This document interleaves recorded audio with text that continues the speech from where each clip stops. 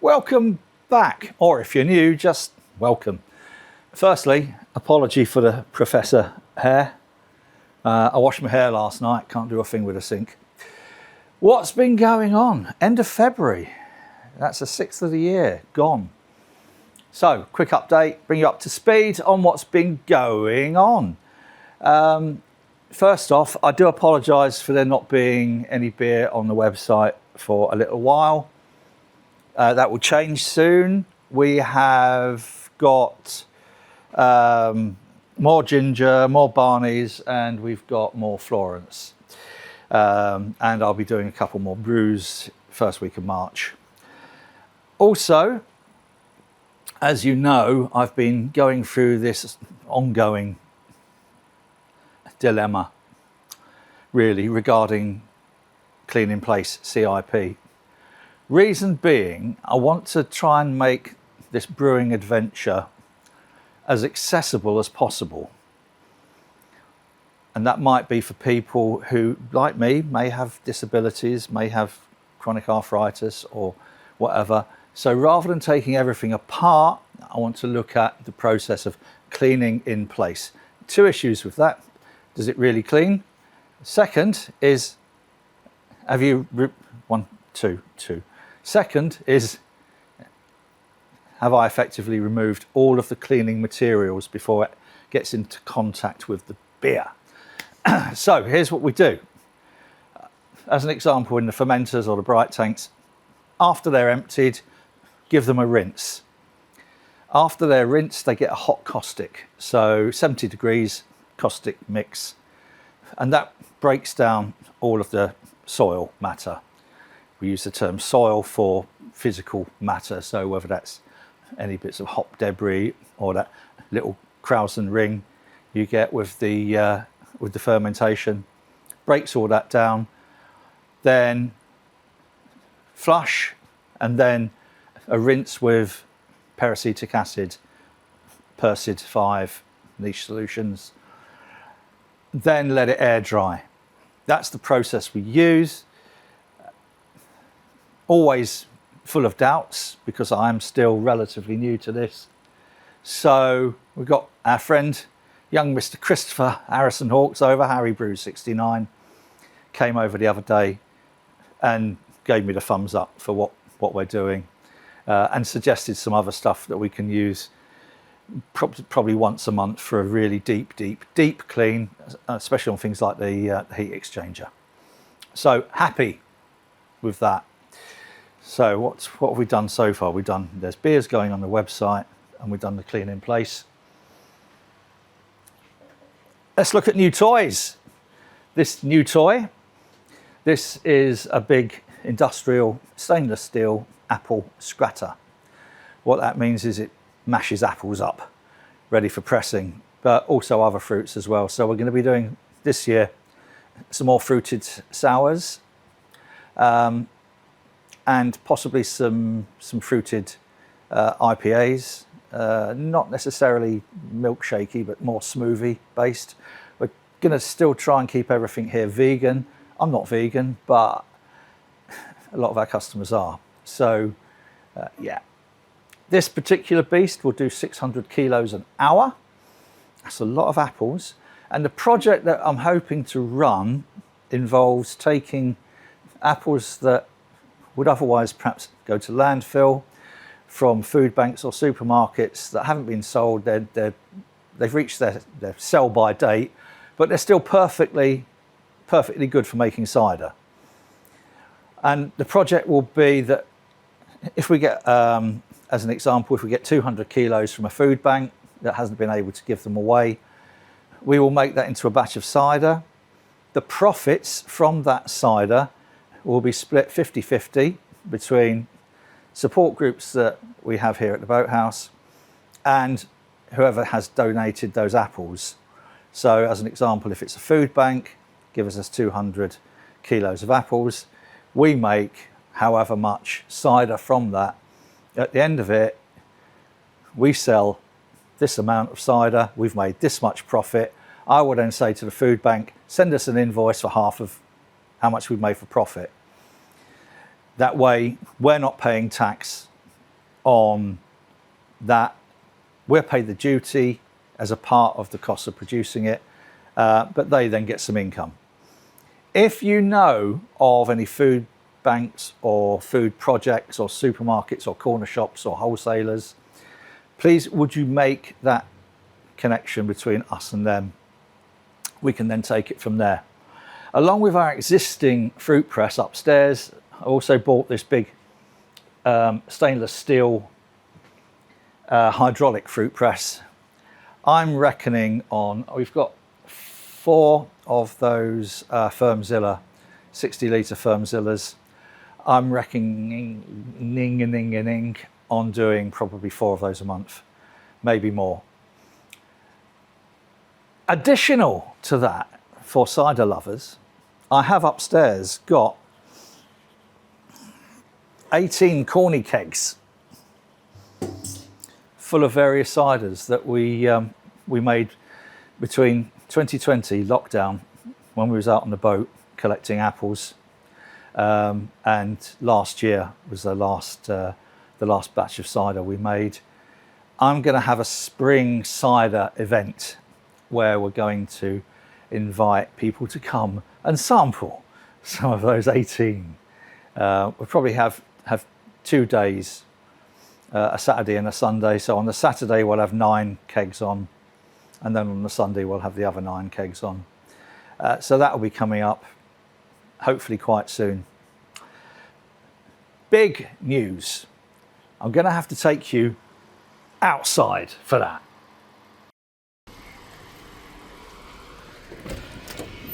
First thing I need to show you, we're boatless, completely boatless. Olin Water, normally here, I think I might have mentioned before, end of November went literally just down there. You won't be able to see, but she sat on the side. I did, I put the video up of craning her out. Anyway, you know all that then. Not in any great rush to get her back because we've got other things what we are doing. Do you remember? I wanted to have that building built up here. Nobody could do it. Well, no, that's not strictly true. Probably plenty of people could do it, but nobody wanted to do it. I approached about 6 companies that do steel frame buildings. I wanted either a 2-storey or ideally just to extend the building down here to where the gates are up to about there, and that would have given a storage above, and then CLT above, grain store above, and then brewery down here, and in the back a little bit of a cellar for the bar inside. Out of those 6, it might have been 7, I can't remember, companies, only one of them got back to me and said, listen mate, I'd love to do it, but in the time it takes to design and build that, we could build half an Aldi or Lidl, which I guess is kind of like the UK equivalent of Walmart, well, except they don't sell ammunition or guns. All right, maybe Walgreen, I don't know what the equivalent is in America, but they're kind of like discount stores, cheap, you know, Lowe's or Home Depot, something like that. Anyway, so in desperation, I said the first couple of months of this year I wasn't going to piss around with it anymore. I was fucking sick of it. So I went out and I bought this flat packed garage, 10 foot by 17 foot, whatever that is in meters and that. How we thought we'd just plonk this here as an interim. The back 4 foot or 4.5 foot can still be the cellar. We'll pop a hole through there and then a hole through there, and then run where the bright tanks are at the moment. Along that wall we'll have some taps when we open as a tap room. I'm going to keep the fermenters inside because they're interesting, they look interesting, and it saved me having to keep a constant temperature in there with raising and lowering. I can plug them into the cooler, into the glycol chiller, and keep a constant temperature with ease. So we bought this, and we thought, should we just plonk it down? We had a look, and that's the height of where the door would have been, which would have been sort of like just above my head. And we thought that's too low, doesn't give us enough space inside, and if I bang my head on it once too often, the thing would end up in the fucking canal. So we thought we need to build a little brick surround. We're only going to have one opening door. We're going to extend the door down one opening door, and so we measured it, and I put a level on there. We thought it's much, so it goes down there, and then it goes down that way. So this block here is the highest point. So we had Simon, Dawn and Harry, Team SDH, up last week on half term, and Simon then had to bring this up, not only this up, but then that raised up there, and then up there. Now obviously at the moment the water just runs into it, so I've been vacuuming this out every couple of days when it's rained. When it's all put together, we won't need to have any drainage in there, and if we do, we just pop a hole through, but I don't think we'll need it. So the purpose of this now, we're not going to have the 2 stories obviously, but what this will give is the ability, I'll put it up here, shall I? Yeah, I'll put it up there.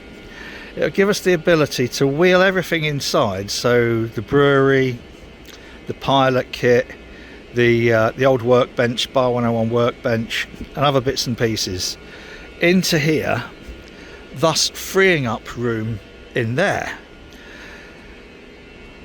That's the plan. Now security wise, I mean, this isn't the most secure buildings obviously, but it will be good enough, and there's nothing immediately easily nickable in there, and we got the gates, and it will be wired into the alarm and smoke detectors and all that other shit. So it will do, we just wheel stuff in here, and it will free up room inside. So progress. So this arrived, I put some pictures on the screen. I just filled the screen with them. This is how it arrived. Boxes battered to fuck. When we come to assemble it last Wednesday, we found that there was a bag of parts missing. Obviously a bag of essential parts missing. So I called the company we bought it from. They called the manufacturer in Northern Ireland, who then said, oh well, we'll pop them in the post. I said, well, could you like send them at least special delivery? You know, I'll pay extra for the extra special delivery, so at least, you know, we can crack on with some work tomorrow, Thursday. They said, oh no, it's already gone first class. And we thought, well, there's absolutely no way that is going to get from Belfast to Sheffield in less than 12 hours. It arrived the next morning, about 9 o'clock. Couldn't believe it. Just first class, not recorded, not tracked, nothing, just arrived. So Thursday was the last day that we had to do this, because everybody had other things to do, and Simon had to get back in order to enjoy his birthday and offload loads of steels for his house rebuild.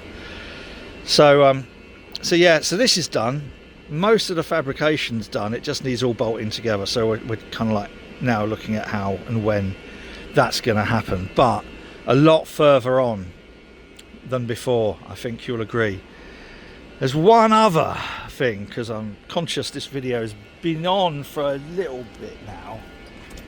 One other addition to the boathouse. We've got a pool table.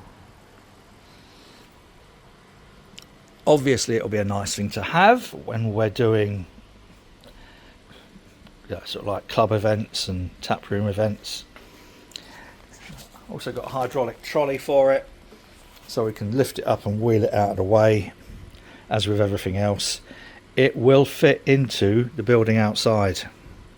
Yes, along with the brewery, the pilot kit, the pizza stuff, everything else and the Bar 101 thing. But the real reason for having a pool table here is it's a great vehicle for enabling people to have a little bit of time out and just have a chat. So if you say to someone, oh, do you want to come round and talk about how you feel? They go, oh no, be right, I'm fine. You say, do you want to come round and have a game of pool? Oh yeah, I'm up for that.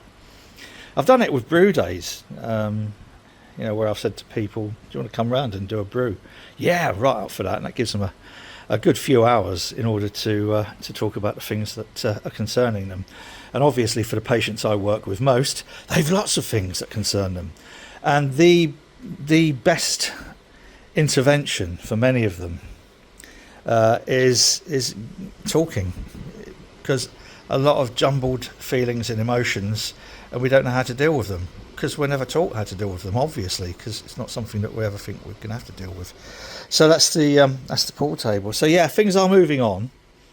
I'll just step back. I'll show you how much space we've actually got in here. When all that goes out there, and the tables and chairs are put out and things. So yes, feel a lot more positive. Things is coming together. So yeah, remember, we want apples. Everybody, go talk to your local wholesaler or supermarket. Don't throw anything away. I don't want them to go to landfill. It's a complete waste. And we can raise some money for the groups here and some probably local charities and food banks. I still think it's fucking immoral that we need food banks. This is 2025, for fuck's sake. What do we need food banks for? We're the fourth largest economy on the planet. Anyway, enough of that. Enough of that. Hope you've enjoyed this little diversion. Until next time, as I always say, whatever you're doing, do it safely. Take care of yourself and those you care about. Cheers.